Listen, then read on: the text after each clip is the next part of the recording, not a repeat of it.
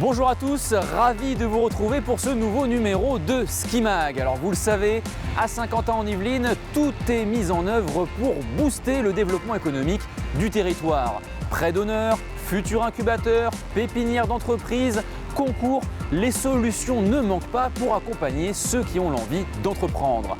Et parmi ces entrepreneurs, des femmes. Profession libérale, artisanes, directrices générales, elles sont de plus en plus nombreuses à se lancer dans le monde de l'entrepreneuriat. Alors qui sont-elles?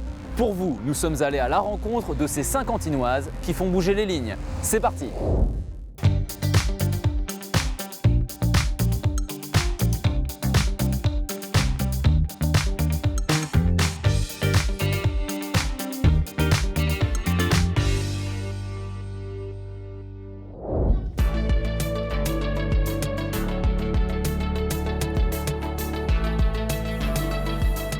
Commençons par quelques chiffres histoire de cerner un peu mieux la problématique de l'entrepreneuriat au féminin. Il faut savoir que près de 48% de la population active est féminine. Or, selon une étude de l'INSEE publiée en 2015, en France, seulement un tiers des indépendants et des chefs d'entreprise sont des femmes. Elles représentent 40% des auto-entrepreneurs, 25% des gérants de SARL et 17% hors SARL. En résumé, près de la moitié de la population active est composée de femmes, mais elles ont encore beaucoup de mal à franchir le pas du monde de l'entrepreneuriat et lorsqu'elles le font, elles se retrouvent très souvent à la tête de petites entreprises. Par ailleurs, cette étude nous montre que majoritairement elles ont tendance à s'orienter vers des secteurs traditionnellement dits féminins. Mais certaines sortent des sentiers battus, comme Florence Bourreau et Delphine Louis. La première dirige la carrosserie du Plateau et la seconde a monté l'entreprise de plomberie Aquaprocédé avec son père. Il s'agit là de deux domaines d'activité où les femmes sont encore très minoritaires.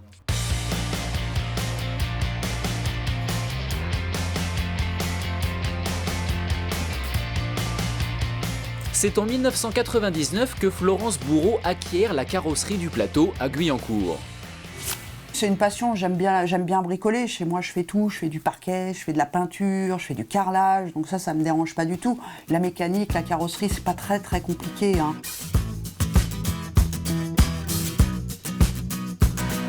Pour commander des mecs, il faut avoir un certain caractère parce que surtout, moi j'en ai un qui a une certaine expérience, hein. Il est quand même carrossier depuis, à mon avis, plus de 30 ans. Donc dirigé par une femme, c'est pas toujours facile, mais j'élève un petit peu plus fort la voix que lui et puis ça passe. L'entrepreneuse ne compte pas ses heures et met volontiers la main à la pâte.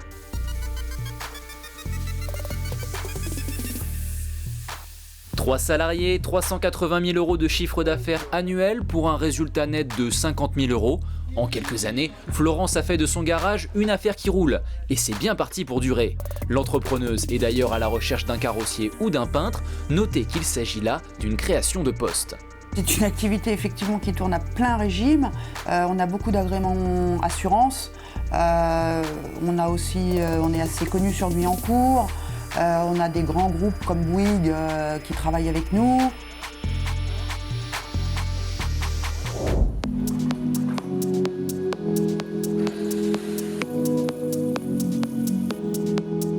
Après des études de comptabilité et quelques années de salariat, Delphine Louis est aujourd'hui à la tête de la société Aquaprocédé, hébergée au Promopole à Montigny-le-Bretonneux.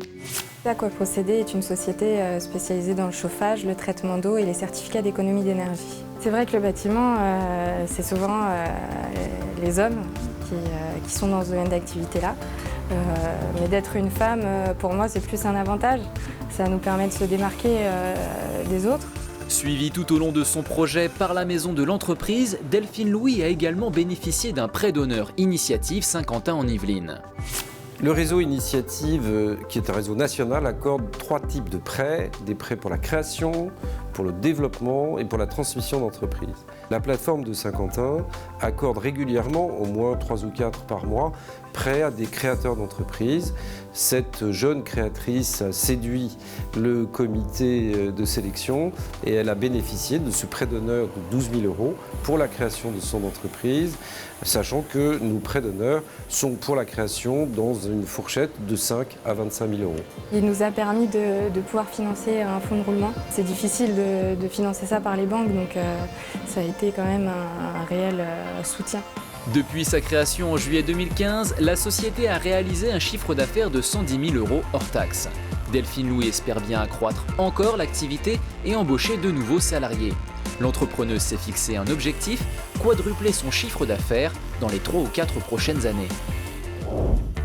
Les entrepreneurs, les entrepreneuses ou bien encore les chefs d'entreprise sont en général plus jeunes et mieux formés que leurs homologues masculins. D'après le baromètre Femmes et création d'entreprises de 2012, 58% sont diplômés de l'enseignement supérieur contre 47% chez les hommes. Si elles ont le goût d'entreprendre et une volonté d'indépendance, elles expriment aussi clairement le besoin de s'épanouir sur le plan personnel. C'est le cas de Perrine Etier. Cette Élancourtoise a choisi de laisser de côté un métier qui ne lui plaisait pas à 100% pour vivre pleinement sa passion de la mode.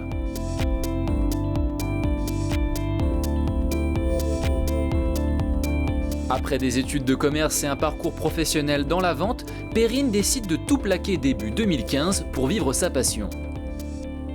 Il y a un moment donné où l'épanouissement il n'est pas complet et on sait qu'il nous manque quelque chose. Et à un moment donné, je me suis dit que gagner de l'argent, c'était hyper bien, mais gagner de l'argent pour être pas malheureuse, c'est pas le cas, mais pas épanouie à 100%, ça vaut pas le coup et j'ai tout lâché, j'ai monté ma société.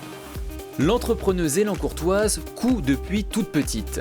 Dans son atelier, elle crée des accessoires, des vêtements sur mesure et des robes de mariée. Lorsque nous l'avons rencontrée, Perrine était en pleine préparation du salon du mariage, au cours duquel elle présentera 15 modèles de robes. Grâce à l'événement, elle espère donner un coup d'accélérateur à sa société. Si le succès est au rendez-vous, elle envisage de trouver un local plus grand et pourquoi pas d'embaucher 1 ou 2 salariés.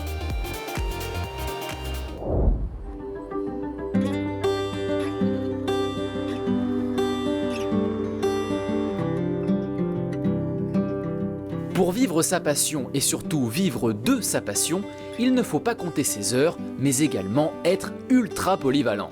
Je fais tout, de la vaisselle jusqu'au rangement et puis l'administratif, la cuisine bien sûr. Depuis 2012, Sandrine Girard est à la tête de 3G, une société de vente de plats cuisinés. Récemment, elle s'est installée à Maurepas après avoir démarré son aventure entrepreneuriale dans son ancienne société à Saint-Ouen. Je me suis aperçue qu'en fait, il y avait un manque le midi pour les gens qui cherchaient à déjeuner plutôt traditionnel, pour éviter les sandwichs, les choses comme ça, manger un peu plus équilibré. Donc du coup, j'ai commencé à servir des plats le midi dans la société dans laquelle je travaillais, donc au personnel de la société. Et ça a bien fonctionné, ça a bien pris, ça a pris de l'ampleur. Et du coup, j'ai lâché mon travail et j'ai ouvert la boutique le 8 mars de cette année. Les femmes sont moins avides de pouvoir que les hommes. Ce n'est pas moi qui le dis, mais une étude conduite par KPMG dont les résultats ont été publiés en juin 2015. L'enquête d'opinion menée auprès de 600 chefs d'entreprise révèle que 25% des femmes interrogées affirment avoir saisi une opportunité contre 18% des hommes. Cette appétence moindre pour les postes dirigeants n'empêche pas les femmes d'accéder aux plus hautes fonctions, jugez plutôt. Titulaire d'un BTS d'opticienne, d'une licence d'optique, d'un MBA et d'un master obtenu à HEC, Delphine Ansker devient en 2011 directrice générale de la filiale Rodenstock France à Montigny-le-Bretonneux, une société qui produit et commercialise des verres et des montures de lunettes. Rien qu'en France, Rodenstock réalise un chiffre d'affaires d'environ 20 à 30 millions d'euros. Avec sa nomination, Delphine Ansker devient la première femme directrice d'une filiale du groupe. Dotée d'un caractère affirmé, elle a sa petite idée quant aux raisons qui font qu'il y ait moins de femmes que d'hommes à des postes comme le sien. Nous sommes entourés par des hommes au niveau effectivement managérial et parfois nous n'osons pas. Je crois que ça c'est la première chose. Et la deuxième chose est notre vie de famille. Il n'est pas facile d'avoir à la fois un poste de directrice générale et une vie de famille avec des enfants. Et j'ai pu prendre ce poste parce que j'avais une grande fille qui avait 17 ans lorsque j'ai pris le poste. Et là, j'ai pu effectivement prendre ce poste. Des femmes inventives qui vivent leur passion et qui sortent des sentiers battus. Lorsqu'on les interroge sur leur motivation, étrangement, très peu d'entre elles évoquent spontanément le désir d'être son propre patron ou de diriger une équipe. Entreprendre est un vrai challenge et pour le réussir, les femmes chefs d'entreprise se serrent les coudes et s'organisent en réseau.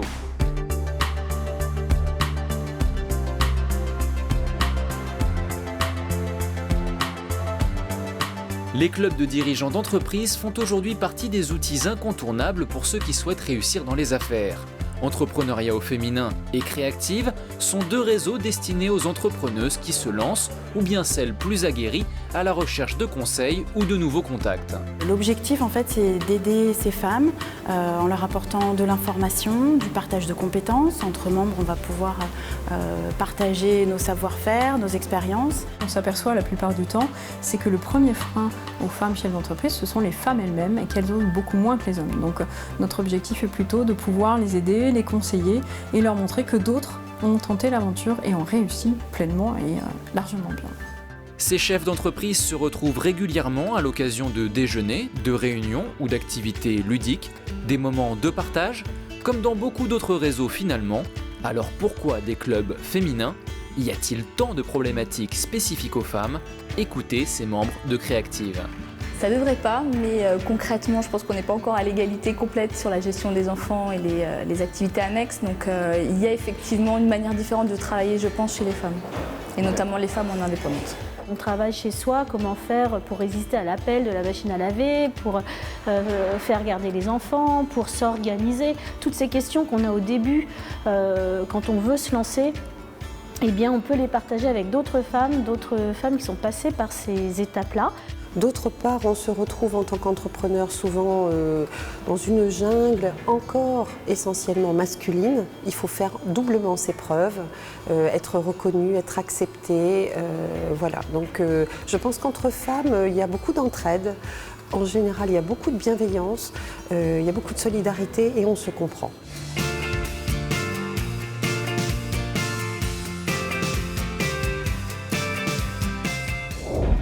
Le doute n'est plus permis. À Saint-Quentin-en-Yvelines, le développement économique passe par l'entrepreneuriat au féminin.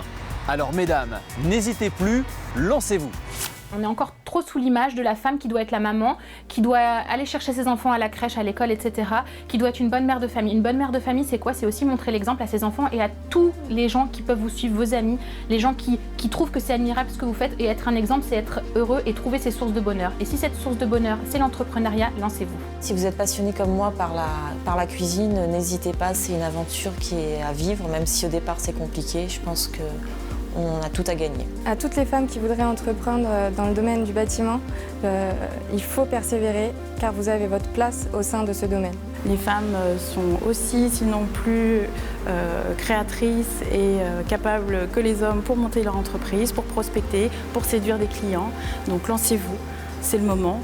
Toutes les structures, tous les statuts sont possibles. À vous de jouer maintenant. Vous êtes à peu près 30% de femmes entrepreneurs. Le rêve, c'est que vous puissiez devenir 50%, puisque toutes et tous avaient le droit de créer une entreprise. Lancez-vous, hein, c'est pas... Il y a plein de choses à faire. Il faut tenter l'expérience. Essayez.